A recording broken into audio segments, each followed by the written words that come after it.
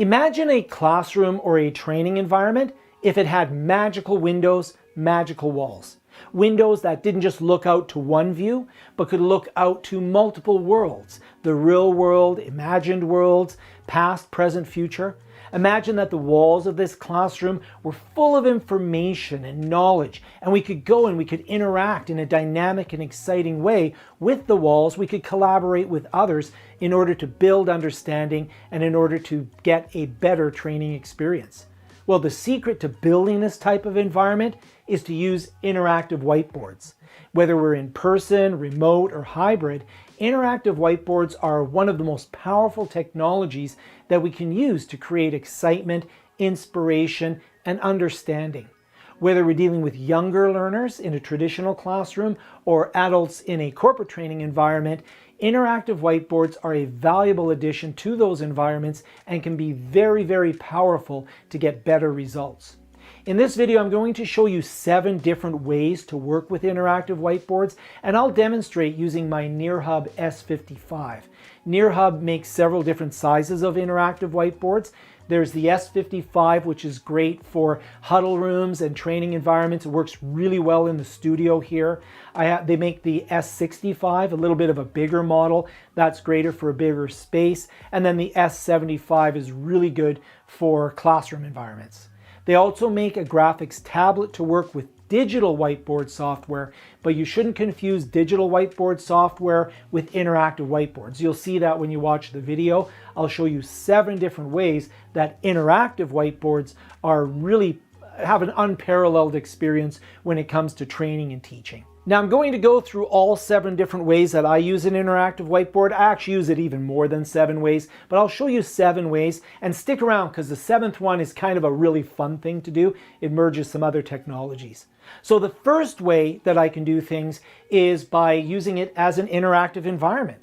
So I can use this whiteboard in order to have students come up to the whiteboard. It has 20 touch points, so you can have 20 people writing all at the same time on here. You can also share it out if you have remote students, or if you have students that maybe are a little more shy and they don't want to come up to the board, but they want to be able to participate. They can use their phone or a tablet or their computer, connect up to the whiteboard, and we can all participate in one learning session. So that's really useful. It really is good when we have remote users because I'm able to share this out remotely. This can become my whiteboard that I share out in a hybrid environment, and it's a very powerful tool.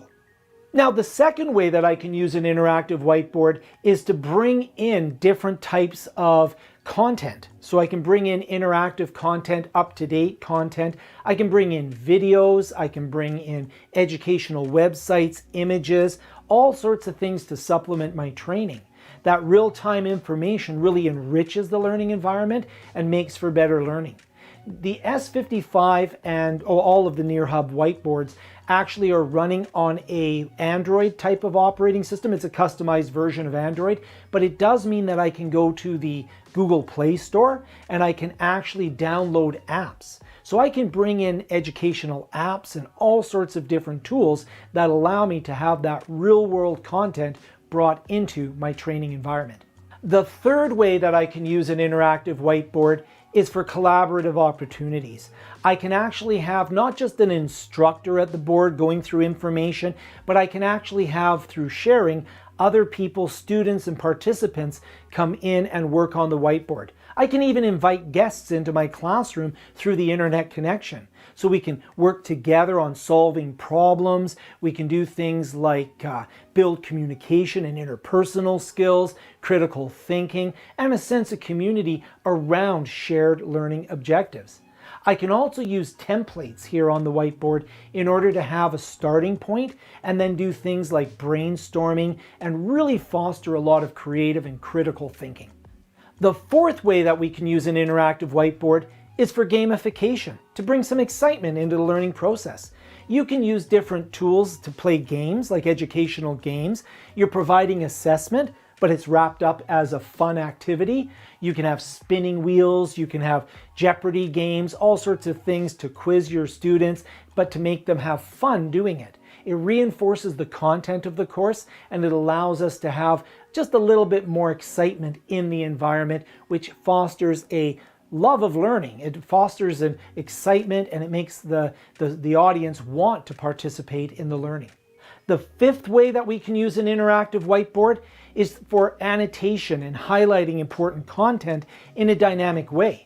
So if I'm running a video on the whiteboard, I can stop that video, I can pause an app, I can then make annotations on that so I can draw attention to specific concepts or important information that's on the video or on the diagram that I've brought onto the screen.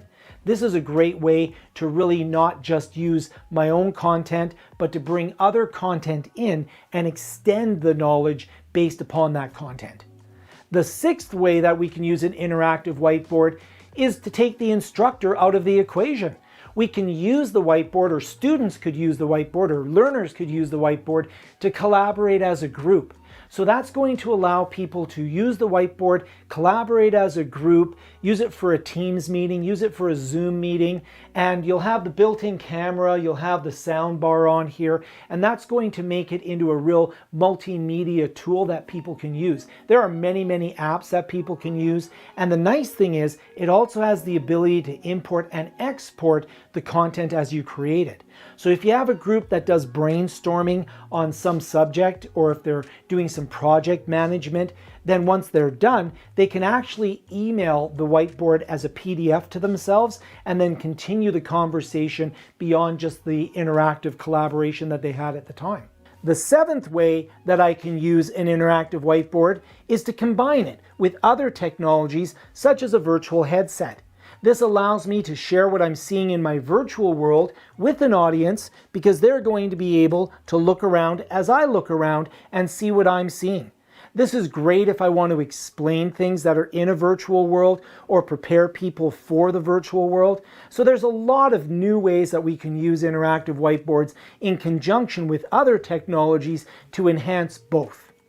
In some ways, I've only begun to touch on all the things you can do with an interactive whiteboard like the S55, and I'm sure that I'm going to be making more videos on different specific features, like using it for online meetings and so on. If the video was helpful, hit the like button, let me know that it was helpful in the comments, and if you want to subscribe to get more content on how we can use technology to learn and teach better, go ahead and subscribe to the channel. So whether you're using a huddle room board, whether you're using a board for the classroom, all of these can be great ways to enhance the way that we teach and create understanding.